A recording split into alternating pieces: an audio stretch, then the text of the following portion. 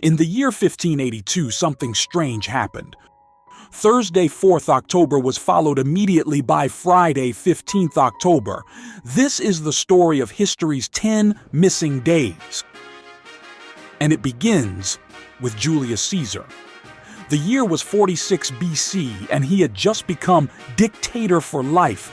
Caesar was the sole ruler of Rome. Among the many problems he needed to solve was the Roman calendar, which had fallen into total chaos. The old Roman calendar was 355 days long. To keep it in alignment with the solar year, how long it takes the Earth to orbit the Sun. Extra intercalary months of 22 or 23 days were added every 2 years. That made sure the calendar was synchronized with the seasons. But during the wars and civil strife of the 1st century BC, these intercalary months had not been added properly, and the old calendar had fallen badly out of sync with the solar year. Caesar consulted Rome's best astronomers and came up with a solution: the Julian calendar. This new Julian calendar was based on the idea that a solar year is 365.25 days long. Each calendar year would have 365 days, and every 4 years, what we call a leap year, an extra day would be added at the end of February. A simpler and far more effective system. To make sure his new calendar started at the right point, Caesar had to add 2 extra months to 46 BC. And so 46 BC was, bizarrely, 445 days long. Officially the longest year in history. Little wonder it was known as the Annus Confusionis, or Year of Confusion. But there was a problem with the Julian calendar. It worked on the basis that a year is 365.25 days long, but a year is actually 365.2422 days long. This meant the Julian calendar drifted 1 day out of alignment with the solar year every century or so. That sounds minor, but the Julian calendar was used for over 1,600 years. And so by the 16th century, it had drifted 14 days out of sync with the solar year.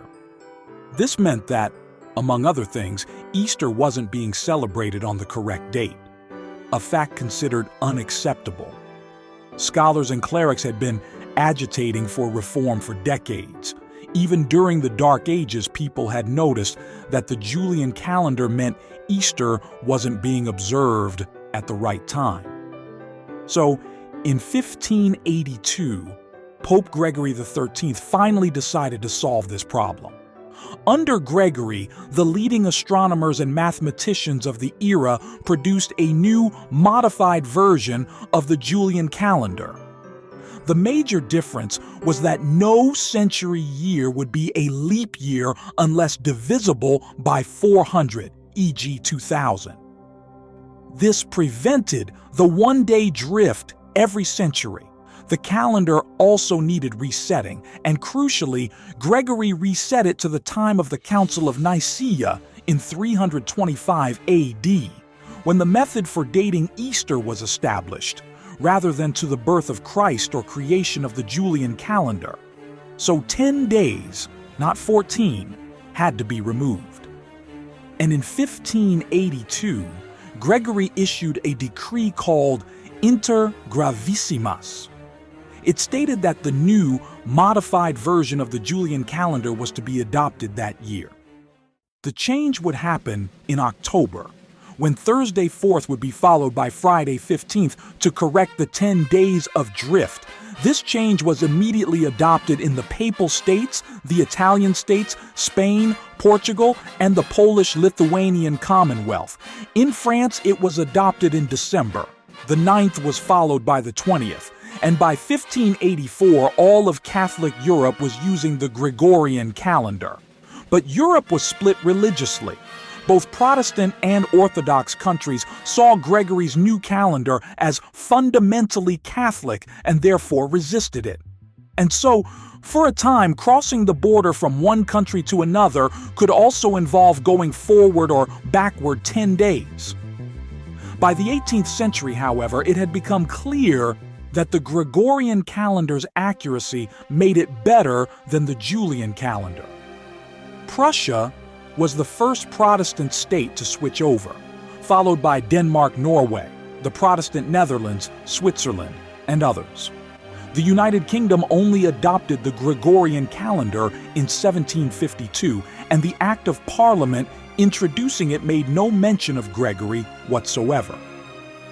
By that point, another day had drifted, and so 11 days had to be removed. In 1752, the 2nd September was followed by the 14th September. That same act also changed the start of the United Kingdom's legal year from the 25th of March to the 1st of January, in keeping with the rest of Europe, and that explains why England's tax year still ends on 5th April, 11 days after 25th March. A peculiar historical relic. Other countries were even slower. In Russia, the Gregorian calendar wasn't adopted until 1918. Hence the famous confusion around the October Revolution of 1917. It happened on the 25th of October in the Julian calendar, but on the 7th of November in the Gregorian. Although the Gregorian is now the world's most widely used calendar, plenty of others are used for religious or traditional purposes, like the Islamic Hijri calendar, the Japanese regnal calendar, or even the old Julian calendar, which is still used in Orthodox Christianity. All these different calendars, along with removing days and changing the start of the new year, can make dating historical events strangely difficult. And the further back in time you go, the more complicated it gets. When did that happen? Is not a simple question. For example, William Shakespeare was born on the 23rd of April, 1564, according to the Julian calendar, but on the 3rd of May, according to the retrospectively applied Gregorian calendar. When the Gregorian calendar is extended backward in time, it is called the proleptic Gregorian calendar. In any case, that's the story of why October 4th, 1582 was followed by October 15th.